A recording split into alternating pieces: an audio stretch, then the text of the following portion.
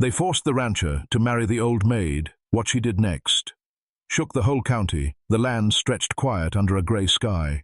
Nothing but dry grass, rusted wire fences, and the moan of wind slipping through naked trees. The ranch sat on the edge of that stillness, its boards greyed by sun and silence.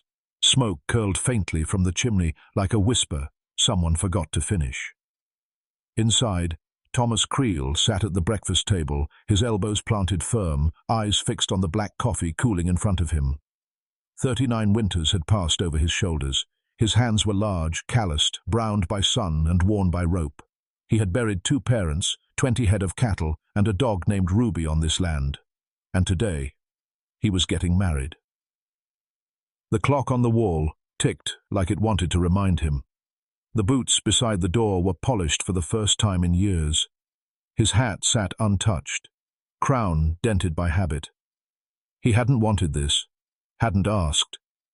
But in small counties like Teller Ridge, pressure doesn't come with shouting. It comes with silence, looks, church ladies whispering, neighbors suggesting, and a preacher who says, "You both need each other more than you know." She was known as the Old Maid, Eleanor Marsh, 36, no children, no scandals, just still there. Living alone on her dead father's porch, drying lavender, and never smiling quite enough. Folks pitied her, then tired of pitying her. Now they'd married her off to the rancher, who had no one left. It looked good on paper.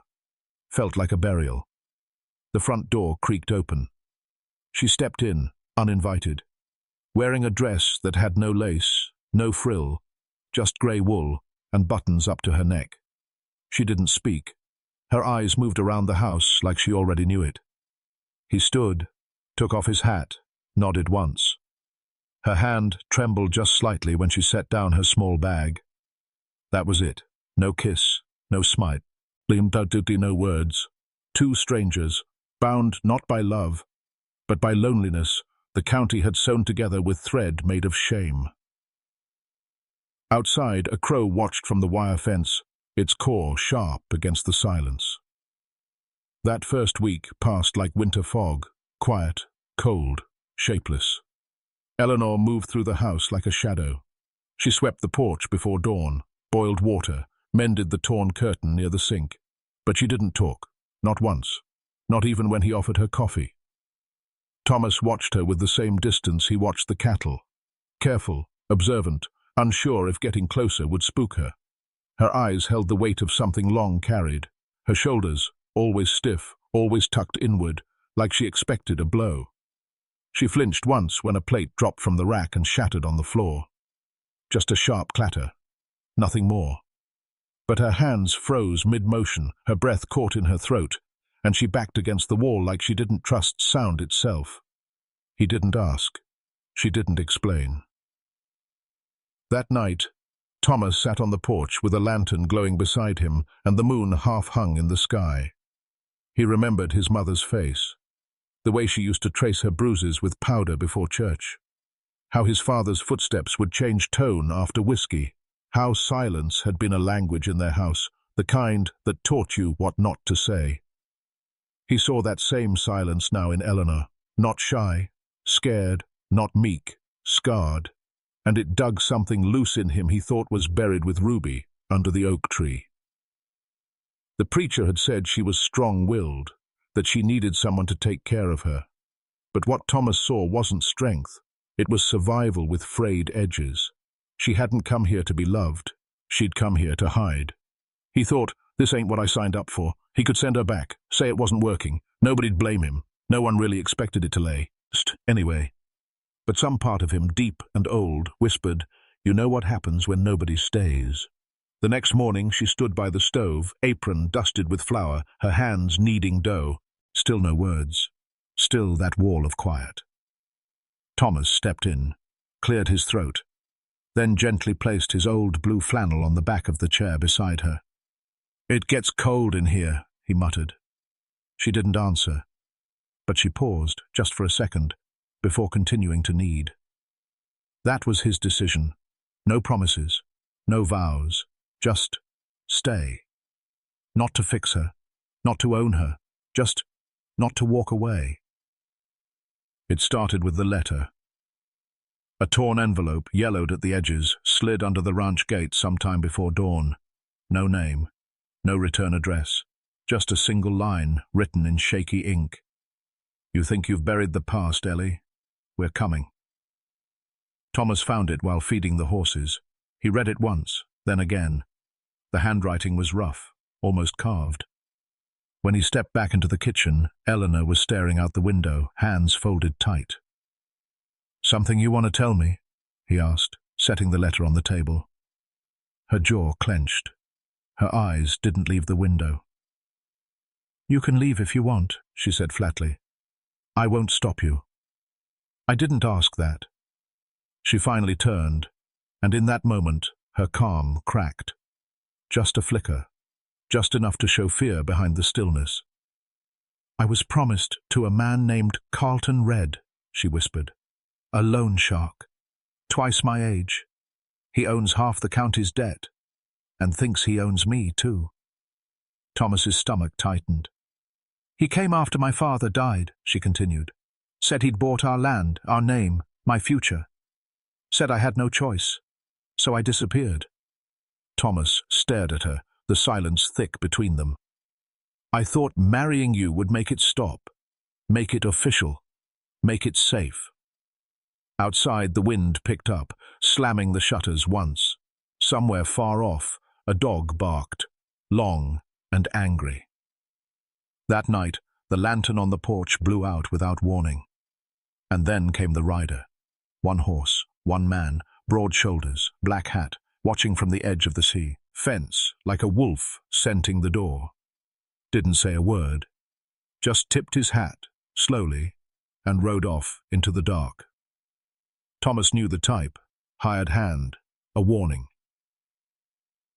The next day, hoofprints circled the barn. The chicken coop gate was unlatched. The horse's mane was found cut with a clean blade. No theft, just message. Teller Ridge may have been quiet, but men like Carlton didn't leave things unfinished. Debt to them wasn't just about money. It was ownership, property, pride. And Eleanor wasn't just hiding. She was resisting. Thomas stood that evening with his rifle across his lap, boots planted firm on the porch. Inside, Eleanor lit the fire with shaking hands. Neither spoke. But they knew. They weren't just living anymore. They were hunted. And what was once a forced marriage was now something heavier. A stand. A line in the dust. The days grew shorter. Wind colder. And still, no cavalry came to save them. So they made their own quiet rituals. Mornings began with coffee on the porch, 2 chipped mugs resting on the railing, steam rising like ghosts of words never spoken. Eleanor would wrap herself in an old quilt, and Thomas would roll a cigarette he never lit. They didn't speak, didn't need to. The silence had changed. It wasn't empty anymore. It was shared. One afternoon, Thomas led her out to the back pasture. An old stump stood like a tombstone 20 feet out. He handed her the rifle. She hesitated. "I've never—" "I know," he said gently, stepping behind her, adjusting her arms. "But you will." She fired. Missed. He didn't correct her, just reloaded. Stood back. The third shot grazed the edge of the stump. She didn't smile, but her shoulders softened. That night, she brought out a small tin box. Inside, a single photograph. A younger version of herself, standing beside a man with blood on his knuckles and a hand on her neck. Her voice cracked as she whispered, "My stepbrother. He raised me after Mama died, raised me like I was his to use." Thomas didn't say, "Sorry," didn't reach for her hand. He just stared into the fire with her. Then he rolled up his sleeve and showed her a long, pale scar beneath the elbow. "Pa broke a whiskey bottle on my arm when I was 10, said I was breathing too loud." They sat like that for a long time. 2 broken things, no longer hiding their cracks. The next morning, Eleanor was the first to the coop. She scattered feed, whispered to the hens. At lunch, Thomas brought in chopped wood before she asked. She fried bread and left the crispest piece by his plate without looking at him. That night, she paused in the doorway to the bedroom. "You don't have to stay out on the couch," she said, her voice almost a breath. "I'm fine there," he replied. But she nodded, just once, almost grateful he hadn't misunderstood her meaning. They weren't lovers, not yet. But they were no longer strangers. Outside, the wind howled across the plains. Inside, two quiet souls found something close to warmth. And for the first time, Thomas looked at her not as someone forced into his life, but someone he would now fight for. The sun never rose that morning, just a red smear behind heavy clouds, like blood diluted in water. The air hung heavy, still, unnatural. Even the crows stayed quiet. Thomas had been up since before dawn, sitting at the edge of the porch, rifle across his knees. Eleanor stood inside, one hand on the curtain, watching him. At 7:14 a.m., they came. 3 men, on horseback, dressed in black coats, spurs clinking like death bells. The one in the middle was Carlton Red, fat on power, skin tight across his face like it was angry to be alive. His eyes never moved, just bored holes through the silence. Thomas stood, didn't speak. Carlton dismounted like a man used to owning the land under his boots. "You married her," he said. "I did." "You think paper makes her yours?" "No, but it makes her not yours." Carlton chuckled, cold, joyless. "She stole from me," he growled. "She took what was promised, and I don't take kindly to thieves." He gestured, and one of his men pulled out a folded page. The deed to Eleanor's childhood land, signed, bought, legally his. "This whole marriage? Fraud," Carlton spat. "Null. I can burn this place to the ground, and the law will thank me for cleaning the county." Thomas stepped forward, raising the rifle halfway. "Not today." A pause. A tense second, thick with breath, wind, fate. Then Carlton nodded. Gunshots cracked the stillness. 1, 2. Thomas ducked behind the porch post, returning fire. Eleanor screamed his name from inside. It was chaos. Dust, smoke, fury. Then, silence. One of Carlton's men lay dead in the dirt. The other was limping back to his horse. Carlton himself bled from the shoulder but refused to fall. He raised his pistol and aimed it, not at Thomas, but at the cabin, at her. Thomas didn't think. He stepped in the way. The shot rang. A thud. Eleanor rushed out just as Thomas collapsed on the porch, clutching his side. Blood leaked through his shirt like rust from old wood. Carlton turned to reload. But Eleanor was already there. She didn't scream, didn't cry. She slammed the butt of the fallen rifle into his face, once, twice, until the rage left her, and only breath remained. Carlton lay broken in the dirt, breathing, but not rising. Thomas coughed, looking up at her, eyes dazed. "You hit harder than you look." She dropped to her knees, pressing her hands over his wound, voice trembling. "Don't you dare leave me now." And for the first time since they met, she cried, not for the past, but for a man who stayed. The storm broke just after dawn. Rain fell hard, almost angry, soaking the dirt where Carlton Red lay face down, unconscious but alive. His blood mixed with the earth like ink spilled over old paper. Eleanor stood in the mud, her dress heavy with water, hair plastered to her cheek. She didn't move, just stared at him, at what he had been, what he no longer was. Thomas lay inside on the floorboards, wrapped in a blanket, breath shallow. The bullet had passed through, clean, but deep. His shirt was stained dark and warm, and his jaw clenched every few seconds with pain. She sat beside him, hands never leaving his. No words, just the crackle of fire, the ticking clock, the rain. By mid-morning, The sheriff came, a man too old to fight and too tired to care. He looked at Carlton bleeding in the wagon bed, then at Eleanor standing guard by the door. "Anything I should know?" he asked. She shook her head. He nodded once, like a man glad not to write a report. "Then I reckon I saw nothing." He drove off without another word. That night, she burned the old deed in the fireplace, watched the flames curl around the paper, turn it to ash. Carlton's claim, his power, his ownership, all reduced to smoke. She cleaned Thomas's wound, slow and gentle. His body trembled under her touch, but he didn't flinch. Their eyes met once, just once, and she let her hand linger on his chest a second longer than needed. She whispered, "Sleep." He did. Outside, the world remained grey. Wind moaned through the trees, but softer now, less cruel. Rain gave way to mist. A single lantern flickered in the window. In the early hours before light, Eleanor stepped outside alone. She walked barefoot across the mud to the fence line, stared out into the field, arms folded across herself. Her breath fogged in the cold, but she didn't shiver. She just stood there. Long enough for the silence to settle again. Not the old kind.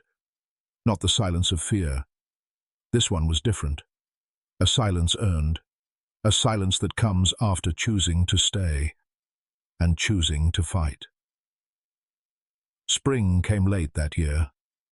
The earth thawed slow, as if unsure whether to bloom again. Wildflowers crept along the fence line like forgotten prayers. The porch swing creaked again, not from wind, but from use. Thomas walked with a limp now. He didn't complain, just moved slower, more deliberate. The kind of man who now took to down tours, time to feel the sun on his back before feeding the horses. Eleanor no longer wore grey. She took to tying her hair up in soft blue cloth. She planted herbs near the well, fixed the loose barn latch, and learned to laugh. Not loud, not often, but real. It cracked open something in the air, like light through attic dust. They never called it love. Never needed to. But every evening she'd pour his coffee before he asked, and every night he'd check the door twice before bed. Quiet gestures, unsaid promises. They buried Ruby properly that spring, Thomas's old dog, built a small wooden cross, set a stone, and planted lavender beside it. Eleanor knelt there longer than him, not for the dog, but for everything she'd lost and everything she'd dared to keep. Carlton read, never returned. Word was he left town, jaw wired shut, reputation in ruin. Teller Ridge didn't ask questions. Folks just nodded at Thomas in town now. At her too. The whispers faded. On the anniversary of that morning, the one with no sun, Eleanor left a letter on the porch. It said nothing dramatic, just a few lines. A thank you, a memory, and at the end, "You didn't save me. You just stayed, and that's why I'm still here." Thomas folded the letter, tucked it into the box where he kept old bullets and broken laces. He sat back in the porch chair, boots muddy, coffee warm, the wind brushing past his face like something familiar. And as the sky turned violet above the plains, he whispered, "That was enough."